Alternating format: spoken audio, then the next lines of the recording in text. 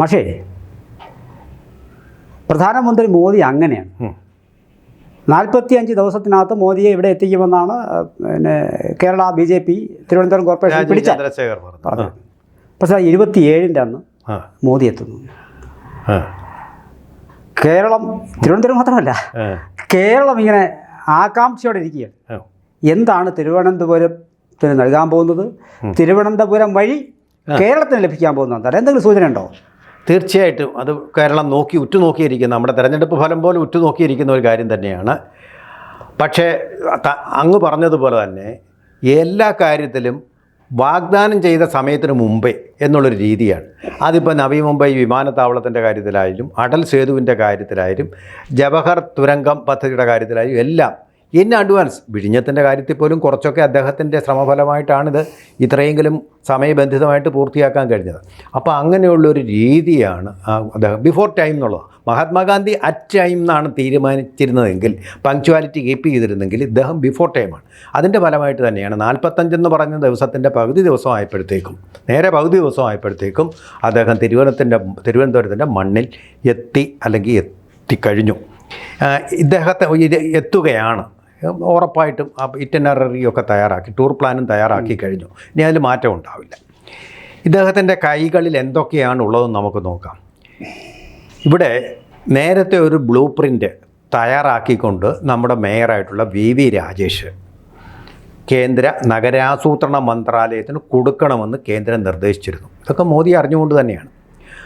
അപ്പോൾ അതുവഴി നമുക്കിപ്പോൾ 200 കോടി രൂപ കിട്ടാൻ പോവുകയാണ്. തിരുവനന്തപുരം നഗരത്തിന് മാത്രമായിട്ട് കേന്ദ്ര നഗരാസൂത്രണ മന്ത്രാലയം 200 കോടി തരാൻ പോവുകയാണ്. കുറവല്ലേ? അവർ മാത്രമായിട്ട് തരുന്നത്. ഇതല്ലാതെ ഉണ്ട്, ഒരുപാട് ഫണ്ടുകൾ ഇതിനുണ്ട്, ബജറ്റുണ്ട്, മറ്റു കാര്യങ്ങളുണ്ട്. വരുമാനം നല്ലപോലെയുള്ള ഒരു നഗരം. അത് കൂടാതെ അഡീഷണലായിട്ട് കിട്ടുന്നൊരു ബോണസാണ്. ഇതേ 200 കോടി തന്നെ നേരത്തെ കൊടുക്കാമെന്ന് പറഞ്ഞിരുന്നതാണ് LDFിൻ്റെ മേയർ അവിടെ ഭരിക്കുമ്പോൾ, ആര്യ രാജേന്ദ്രൻ അവിടെ ഭരിക്കുമ്പോൾ. അത് വേണ്ട എന്ന് പറഞ്ഞു. കേന്ദ്രത്തിൻ്റെത് ഞങ്ങൾ തൊടില്ല. പക്ഷേ കേന്ദ്രത്തിൻ്റെതാണ് ആ സ്മാർട്ട് സിറ്റി പദ്ധതി. അതവർ സ്വീകരിച്ചിട്ടുമുണ്ട്, അവരുടെ മന്ത്രി വന്ന് ഉദ്ഘാടനം ചെയ്തിട്ടുമുണ്ട്. അതിനെക്കുറിച്ച് വിവാദവും ഉണ്ടായിരുന്നു. അതവിടെ ഇരിക്കട്ടെ. അപ്പോൾ അതാണ് ഒന്നാമത്തെ ഒരു കാര്യം. പിന്നെ തിരുവനന്തപുരത്തിൻ്റെ അങ്ങേക്കറിയാമല്ലോ, ഏറ്റവും വലിയ പ്രശ്നം മാലിന്യത്തിൻ്റെ പ്രശ്നമാണ്. വിളപ്പിശാലയിൽ പോയിട്ടൊരു കേന്ദ്രീകൃത പ്ലാന്റ് സ്ഥാപിക്കാൻ പോയിട്ട് അത് തോറ്റു മടങ്ങി. നാട്ടുകാരുടെ പ്രതിഷേധത്തെ തുടർന്ന് കുടപ്പനക്കുന്നി സ്ഥാപിക്കാൻ പോയി, പ്രതിഷേധം പല സ്ഥലങ്ങളിൽ നിന്നും പിന്മാറി. ഒരു കേന്ദ്രീകൃത മാലിന്യ പ്ലാന്റ് ഇല്ലെന്നുള്ളതാണ് ഏറ്റവും വലിയ പ്രധാനം. ഇനിയൊരു വലിയ നഗരമായിട്ട് അത് വരികയാണെങ്കിൽ ഏറ്റവും വലിയൊരു അവിടെ നമ്മുടെ ഇവിടുത്തെ പോലെ എറണാകുളത്തെ പോലെ വലിയൊരു ബ്രഹ്മാണ്ഡം മാലിന്യ കേന്ദ്രമായിട്ട് അത് മാറും. അതുകൊണ്ട് ആദ്യം ഉണ്ടാവുന്നത് കേന്ദ്രീകൃത മാലിന്യ സംസ്കരണ പ്ലാന്റ് ആയിരിക്കും. ഇതാണ് നമുക്ക് കിട്ടുന്ന നഗര വികസന രേഖയിൽ ആദ്യമായിട്ട് മോദി അതിനുവേണ്ടിയുള്ള ഫണ്ടായിരിക്കും നമുക്ക് തരുന്നത്. ഇത് 200 കോടിക്ക് പുറമേ ആയിരിക്കും. പിന്നെ രണ്ടാമത് 5 വർഷം കൊണ്ട് 20,000 പേർക്ക് വീട്. തിരുവനന്തപുരത്തുണ്ട്, ചെങ്കൽച്ചുളയിലൊക്കെ വീടുകളൊക്കെ വളരെ ധാരാവിയേക്കാൾ കഷ്ടമാണ്, അങ്ങേക്കറിയാം. അപ്പോൾ 20,000 പേർക്ക് വീട്. കടത്തിണ്ണയിൽ തുടങ്ങുന്ന ധാരാളം പേര് സെക്രട്ടേറിയറ്റിൻ്റെ സമീപത്ത് നമുക്ക് കാണാം. അപ്പോൾ അവർക്ക് 20,000 വീട് കൊടുത്താൽ നഗരത്തിൻ്റെ മുഖം ഒന്ന് മിനുങ്ങും. ആ ഒരു പ്ലാനുണ്ട്. അതുകൂടാതെ സൂറത്തിൻ്റെ മാതൃകയിൽ 101 വാർഡുകളിലും ഡ്രെയിനേജ് പൊട്ടിയൊലിക്കുന്നതും നമ്മൾ നാറ്റം മൂക്കിൽ പിടിച്ചുകൊണ്ട് പോകുന്നതും, വഴിയിൽ കൂടി നടക്കുമ്പോൾ ചെരുപ്പിട്ടാണെങ്കിൽ പോലും ചവിട്ടാൻ മടിച്ചുകൊണ്ട് പോകുന്നതും പതിവാണ്. ഡ്രെയിനേജ് പൊട്ടി റോഡിലോട്ട് ഇഴുക എന്ന് പറഞ്ഞാൽ അതിൻ്റെ ആ സിവറേജ് മുഴുവൻ എന്ന് പറഞ്ഞാൽ മാലിന്യങ്ങളെന്ന് പറഞ്ഞാൽ മനുഷ്യ വിസർജ്യങ്ങൾ റോഡിലേക്ക് ഇങ്ങനെ ഒഴുകി വരിക. അപ്പോൾ അവിടെ നമുക്ക് ഒരു പരിഹാരം ഉണ്ടാക്കാനുള്ള കംപ്ലീറ്റ് സെൻട്രലൈസ്ഡ് ഒരു ഡ്രെയിനേജ് വന്ന മഹാനഗരങ്ങളിലുള്ളതുപോലെ തന്നെ ഇടയ്ക്കിടയ്ക്ക് പൊട്ടിയൊലിക്കുന്നത് നാറ്റം വരുന്നതുമായിട്ടുള്ള വരുന്നു. വീടുകളിൽ നിന്ന് നേരെ അങ്ങോട്ട് ഒഴിക്കാം. വീട്ടുകാർക്കും ബാധ്യതയില്ലായിരുന്നു. കക്കൂസ് മാലിന്യങ്ങൾ തള്ളേണ്ട ആവശ്യം വരുന്നില്ല. അങ്ങനെ ഒരുപാട് ആനുകൂല്യങ്ങൾ അതിൻ്റെ ഫലമായിട്ട് വരും. പിന്നത്തെ ഒരു കാര്യമെന്ന് പറയുന്നത് പത്മനാഭസ്വാമി ക്ഷേത്രം. ഇത് നമ്മൾ നേരത്തെ പ്രവചിച്ചതാണ്. ആറ്റുകാൽ ക്ഷേത്രം, അതുപോലെ ഭീമാപ്പള്ളി, വെട്ടുകാട് എന്നിവ ചേർത്തുകൊണ്ടുകൊണ്ടുവന്നു. അതിലൊരു മതേതരത്വം, ഒരു സർഗാത്മകമായിട്ടുള്ളൊരു മത നിരപേക്ഷത അതിൽ കൊണ്ടുവന്നിട്ട്. ഒന്ന് വെട്ടുകാടെന്ന് പറയുന്നത് ക്രിസ്ത്യൻ തീർത്ഥാടന കേന്ദ്രം, ഭീമാപ്പള്ളി ഇസ്ലാം തീർത്ഥാടന കേന്ദ്രം. അവയെല്ലാം ബന്ധിച്ചുകൊണ്ടുള്ള ഒരു പാക്കേജ് കൊണ്ടുവരും, ടൂറിസം പാക്കേജ് പോലെ, തീർത്ഥാടനം. അവരത് ഈ വെട്ടുകാടും ഭീമാവളിയൊക്കെ എല്ലാ മതസ്ഥരും പോകുന്നതാണ്. എല്ലാ മതസ്ഥരും പോകുന്നതാണ്. എല്ലാ മതസ്ഥരും പോകുന്നു. അതെ, പോകുന്നുണ്ട്. എനിക്ക് തോന്നുന്നത് ഈ ആറ്റുകാലും അതുപോലെ പ്രവേശനമുള്ള പ്രവേശനത്തിന്. പക്ഷേ അതിനകത്ത് പത്മനാഭസ്വാമി ക്ഷേത്രം മതാമ്മമാർ വന്ന് തൊഴുതിട്ട് ഇല്ലെങ്കിൽ പോലും പിന്നെ ആറ്റുകാൽ പൊങ്കാലയൊക്കെ എല്ലാ മതസ്ഥരും പങ്കെടുക്കുന്ന ഒരു സംഭവമാണ്. പല അർത്ഥങ്ങളിൽ പങ്കെടുക്കും, പല അർത്ഥങ്ങളിൽ തന്നെ. എന്താ പറയുന്നത്, സ്ത്രീകളുടെ ശബരിമല എന്നാണല്ലോ അത് അറിയപ്പെടുന്നത്. അപ്പോൾ ആ സ്ത്രീകളുടെ ശബരിമലയ്ക്കുള്ള ഒരു ബൂസ്റ്റ് കൊടുക്കുന്ന ഒരു പദ്ധതി, ഒരു പാക്കേജ്, അതും നഗരാസൂത്രണ രേഖയിലുണ്ടാവും.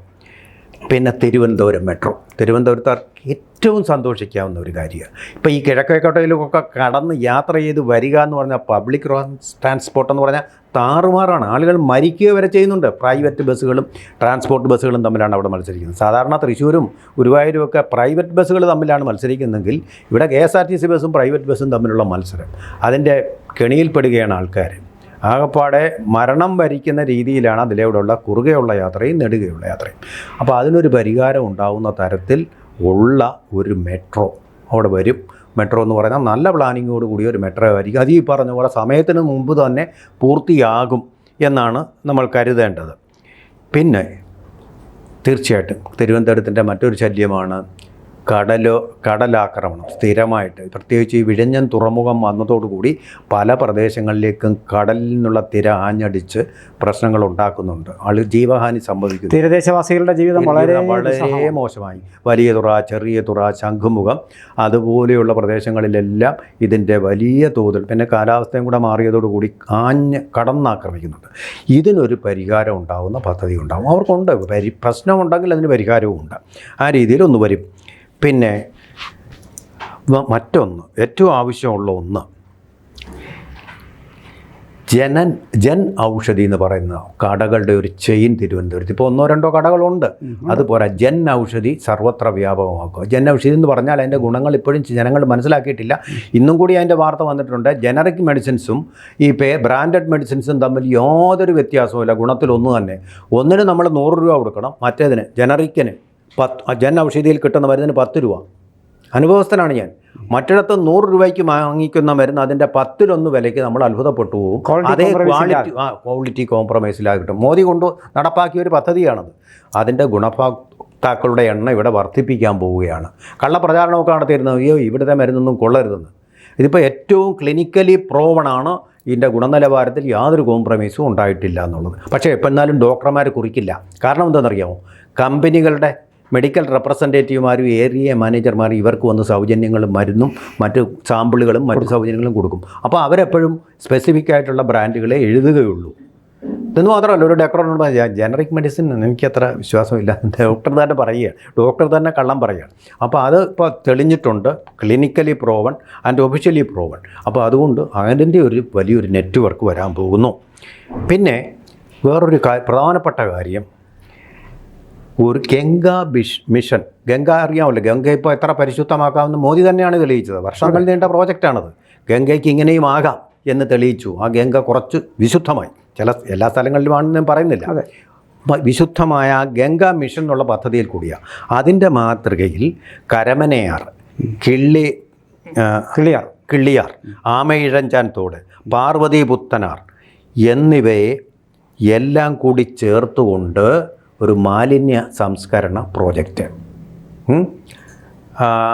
ക്ലീൻ ചെയ്യുക, വൃത്തിയാക്കുക, എന്ന് വെള്ളമൊഴുക്ക് സുഗമമാക്കുക. വെള്ളം കെട്ടിക്കിടക്കുകയാണ് ഇപ്പോൾ. പാർവതി പുത്തനാറിലുമൊക്കെ വെള്ളം കെട്ടിക്കിടന്നാണല്ലോ, ആളുകൾ മരിക്കും. വലിയ നാറ്റം കൊണ്ട് പോകാനും വയ്യ. എല്ലാം അവിടെ കെട്ടിക്കിടക്കുന്ന ഒരു മലിന ജലാശയമാണ്, നദിയല്ല ഇപ്പോൾ അത്. അപ്പോൾ അതൊക്കെ ക്ലീൻ ചെയ്തിട്ട് അതിൻ്റെ ഒഴുക്ക് കൃത്യമാക്കുക എന്നുള്ളൊരു പരിപാടി. രാമേശ്വരം ചാന്തോടും വരുന്നുണ്ട്. പിന്നെ പ്രധാനപ്പെട്ട നമുക്കറിയാവുന്ന ഒരു കാര്യം കൂടെ പറയാം. താമ്പരം, ഹൈദരാബാദ്, മംഗളൂരു അമൃത ഭാരത് എക്സ്പ്രസ്സുകളുടെ ഉദ്ഘാടനം, സൗകര്യങ്ങളോടുകൂടി അപകടം പറ്റാത്ത യാത്ര. പിന്നെ അതിനോടൊപ്പം തന്നെ ഗുരുവായൂർ തൃശ്ശൂരാണെങ്കിലും അതിൻ്റെ ഫ്ലാഗ് ഓഫും മോദി തന്നെയാണ് ഇവിടെ വെച്ച് പുത്തരിക്കണ്ടത്ത് വെച്ച് നിർവഹിക്കുന്നത്. ഗുരുവായൂർ തൃശ്ശൂർ പാസഞ്ചറാണത്. അതിൻ്റെ യാത്രക്കാർക്ക് ഗുരുവായൂർ പോകുന്നവർക്ക് വലിയ സൗകര്യം ചെയ്യും. അതുപോലെ തന്നെ വലിയൊരു ഹബിൻ്റെ സ്ഥാപനം ഇവിടെ നടക്കും. ഇന്നവേഷൻ ടെക്നോളജി ആൻഡ് ഓൺട്രപ്രീനർഷിപ്പ് എന്ന് പറയുന്ന ഹബിൻ്റെ ശിലാസ്ഥാപനം. അവിടെ നടക്കുന്ന കാര്യങ്ങൾ എന്തെന്ന് ചോദിച്ചാൽ ആയുർവേദം മോദിക്ക് വളരെ ഇഷ്ടപ്പെട്ടതും പിണറായി വിജയനോട് പ്രത്യേകം പറഞ്ഞത് വേണം അദ്ദേഹം ഡൽഹിയിൽ ചെന്ന്. അപ്പോൾ ആയുർവേദം നിങ്ങൾ വികസിപ്പിക്കണം. ലോകമെമ്പാടും ഇപ്പോൾ യോഗ പോകുന്നത് പോലെ പ്രചരിപ്പിക്കാൻ പറ്റിയ ഒന്നാണ് കേരളത്തിൻ്റെ ആയുർവേദം. കേരളത്തിലാണ് ഇന്ത്യയിൽ ഏറ്റവും കൂടുതൽ ഈ ആയുർവേദത്തിന് കൂടുതൽ ആശുപത്രികളും ഡോക്ടർമാരും ഉള്ളത്. അത് പ്രവർത്തിപ്പിക്കണം എന്ന് അദ്ദേഹം പറയുന്നുണ്ട്. അതുകൂടാതെ മറ്റൊന്നാണ് ക്ലീൻ എനർജി ആയിട്ടുള്ള, റിസ്ക് ഇല്ലാത്ത എനർജി ആയിട്ടുള്ള ഗ്രീൻ ഹൈഡ്രജൻ, പെട്രോളിന് പകരം ഉപയോഗിക്കാവുന്ന ഒരു ഒന്നാണത്, ഇന്ധനമാണത്. ഫോസിൽ ഫ്യൂവലുകളെ നമുക്ക് ആശ്രയിക്കാതെ അതിനു വേണ്ടി ഉള്ള പ്രോജക്റ്റുകളും എല്ലാം ഉൾപ്പെടുന്നതാണ് ഈ ഇന്നവേഷൻ ഹബ്ബ്. അത് തിരുവനന്തപുരത്ത് വരാൻ പോവുകയാണ്. അപ്പോൾ ഫ്യൂച്ചറിലെ നമ്മുടെ ഇന്ധനങ്ങൾ, ഫ്യൂവൽസ്, അതിൻ്റെ കാര്യങ്ങൾ, അതുപോലെ തന്നെ മറ്റ് ടെക്നോളജികൾ, അതുപോലെ തീർച്ചയായിട്ടും ഇവിടെ സ്റ്റാർട്ടപ്പുകൾക്കൊക്കെ ഇടം കാണും.